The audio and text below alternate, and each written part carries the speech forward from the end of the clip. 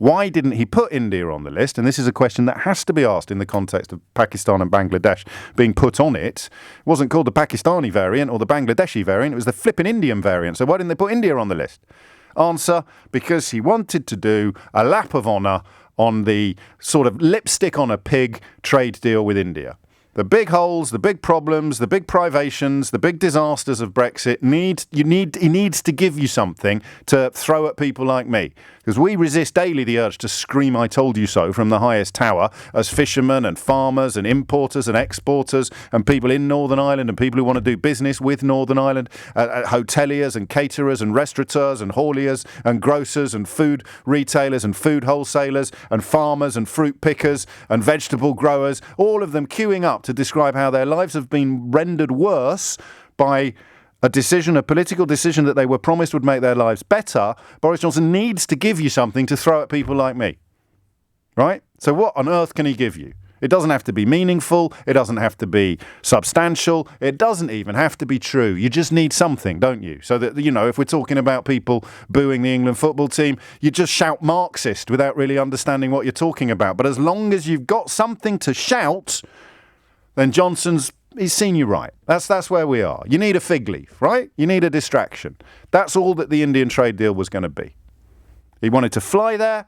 He wanted to be photographed signing something, and then when we point out what's happened to the fishing industry or the farming sector or fruit pickers or vegetables or hauliers, or where you just make the list yourself, when people point out the reality of what's happening in this country in all of those sectors, then those of you still clinging to the carcass of Brexit would be able to shout, "Ha ha! India!"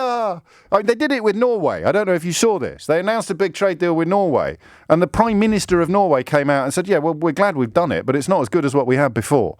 But in Brexit Britain, that's a win. Not as good as what we had before. Yes! What do we want? Something that's not as good as we had before. When do we want it? As soon as possible, please, Liz Truss." So that's and this is the bit where you can disagree with me. I think there may be another explanation as to why he didn't do it. Why India? Answer, lipstick on a pig. Result, 4 more weeks.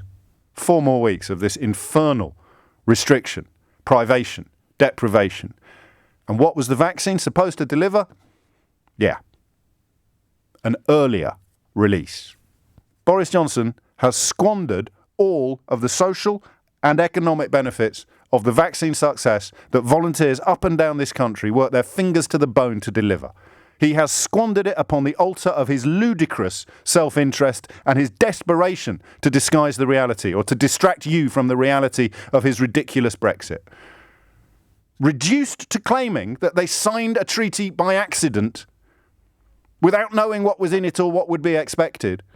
Reduced to trying to distract you from the reality of what's happening in your own country by signing some meaningless piece of paper in India. And in order to achieve that ludicrous distraction, not doing what was obviously necessary when it was obviously necessary. Result, extension of lockdown. Reason, Boris Johnson. All right, pick a hole in that.